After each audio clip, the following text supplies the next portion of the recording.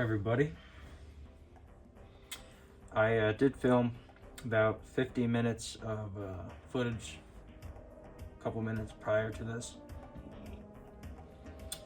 and I'm not really sure if I'm going to include it, to be honest. A lot of it was repetitive. I have this new Makita corded drill that I was given. Well, it's kind of old, it's not really new, and it didn't sound so good when it was running, so I decided to open it up to see what was going on. And I used some sandpaper to clean down the commutator to hopefully reduce a couple of the sparks that were inside, but it didn't seem to happen, and it became black again with carbon, so I'm really not sure that it is even necessary. The next thing that I put some oil and some grease in this chuck up here. Maybe I should move this in the frame. And that is looking a lot better. I will clean that up with a wire brush. Just turn it on. It'll be kind of like its own wire wheel in a sense.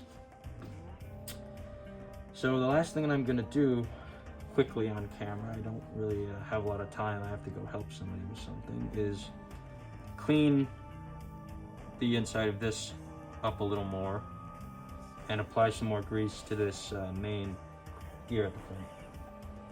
And that will prolong the life of this already ancient corded drill. Now, if you don't know, I'm a fan of corded drills as opposed to cordless for a couple reasons. The first is you cannot beat the torque of a corded drill in any way. These things are just absolute beasts. You gotta be a little careful though when you operate them because of that torque. They can cause you some pretty nasty crunches on any fingers that you have caught in any of the places. Second reason that I like corded drills is because they don't run out of battery. If you don't have electricity, then you can't run a corded drill. But if you didn't have electricity, you couldn't run a cordless drill in the first place anyways, right? I guess you could charge it somewhere else and bring it, but I mean, that would be, I guess, the only circumstance in which I could see the cordless drill winning in that aspect. The third reason that I like corded drills better is because they were made at a time when the quality of things was much higher. So they're likely going to outlive any sort of corded drill, cordless drill that you may have. So yeah, for those reasons, that's why I prefer these corded drills. They have a couple of drawbacks of their own though. The first drawback is that they're usually less convenient than the battery drills. The second drawback, I would say, is that usually they're pretty big and you can't fit them into smaller spaces. But this one that I've just picked up is quite tiny compared to my other one, which you might be able to see off in that corner, but probably not. So I'm excited to use this. Definitely excited to use that. I've removed a little bit of the kind of crap that's built up on this this one right here.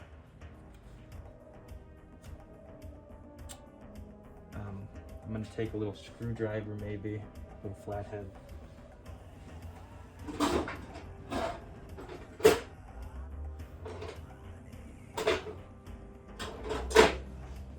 And maybe remove a little bit more.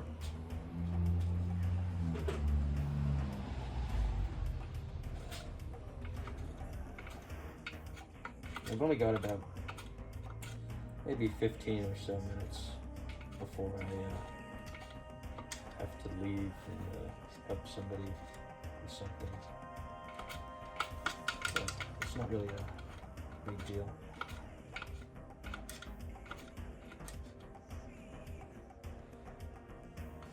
Just taking a screwdriver and getting some of this gunk out of here.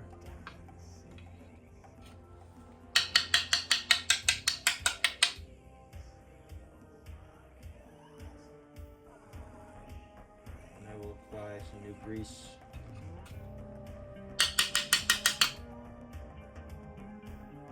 As needed.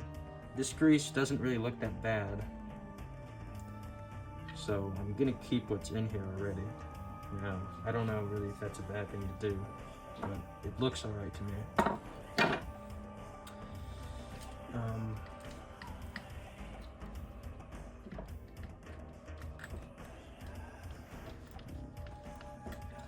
Last thing that I want to do is just completely cover this main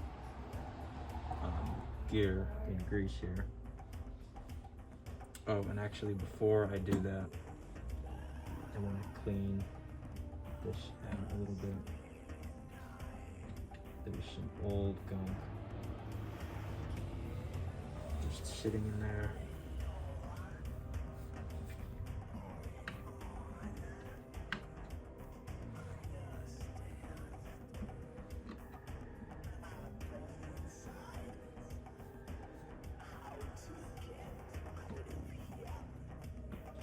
Let's see if we can't just scrape a little bit of that out. And I already did apply some fresh grease to this main check mechanism here, but I'm still going to ladder it up with a little more. Now, I don't really have a little plastic piece to ladder it with, so I think I'm just going to find a little wood scrap, and that should do.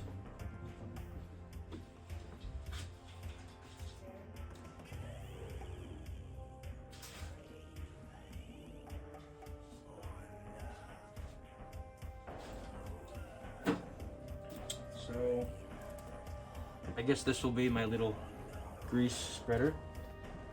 I'll quickly wipe that off, although it does appear to be pretty clean. And then we'll spread some more grease onto this bearing here. Now I have a grease gun off camera.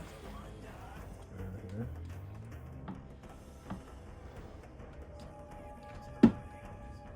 So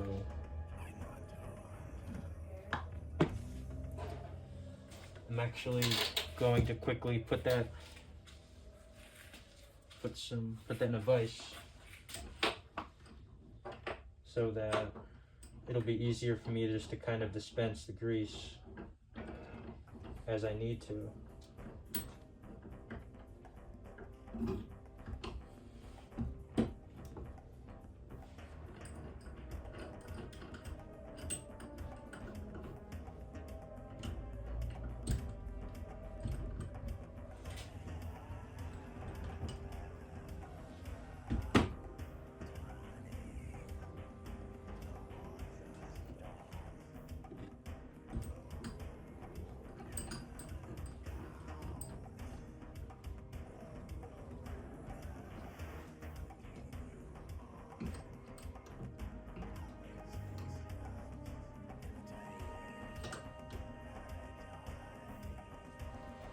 Right, that's in the vise, good enough. So let's go ahead and put some of this grease, some big globs of grease, right on this. And we're just going to spread them around this gear. Really, I don't know if this is the right kind of grease in quotes, but it should work perfectly fine. I don't see why grease for something that's non-high-tech commercial application, such as a little old Makita drill, is really going to matter. What quality and what kind it is, as long as it keeps things a little lubricated and it keeps water and moisture off of these components. I think that it should be just fine. Well, we're about to see anyways. If the drill decides it no longer wants to work after this, then I guess I've learned my lesson. about using incorrect grease. So really lathering this thing up here, you really can't have, well, I guess you can't have too much grease, but in the context of what we're doing here, you really can't have too much, especially since these are not bearings. If they're bearings, yeah, you don't want too much grease. If they were touching the electrical components or anything that gets hot, you wouldn't want grease.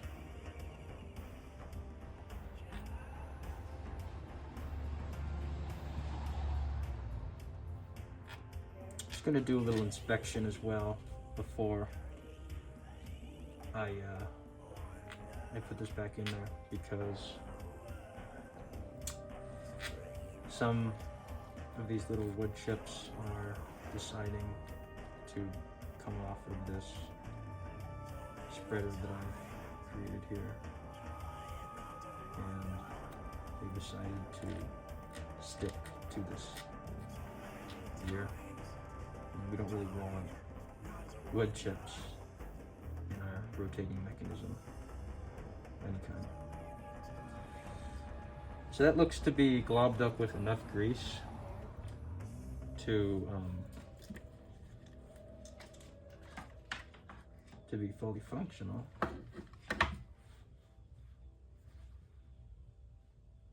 Looks be fine to me. So let's go ahead and set this back in there.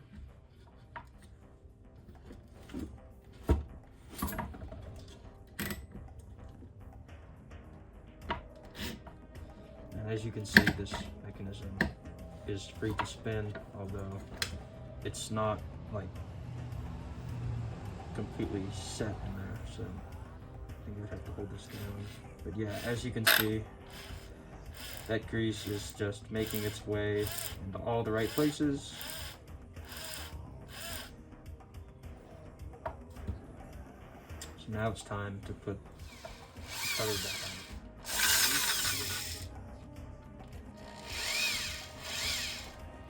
And I would say the last thing that I'm going to do is put a little bit of grease right in there. The only place that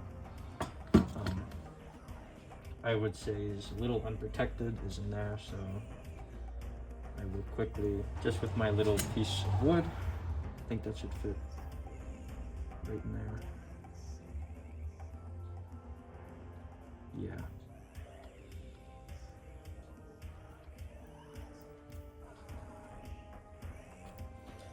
So this should really just help protect this drill from any sort of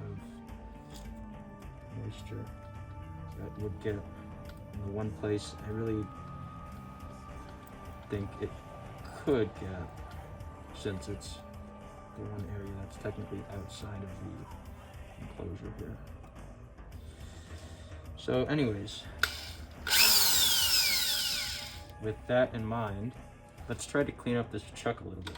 I think this one may work nice, so we'll try this one out.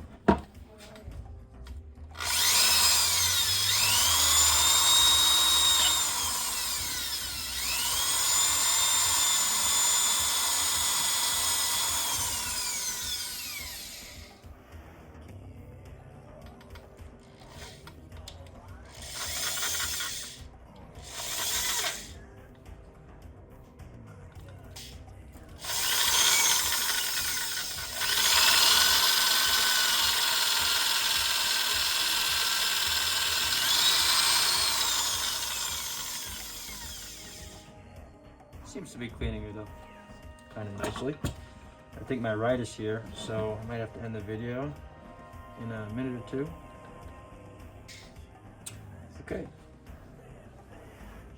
Give it a little bit of cleaning up.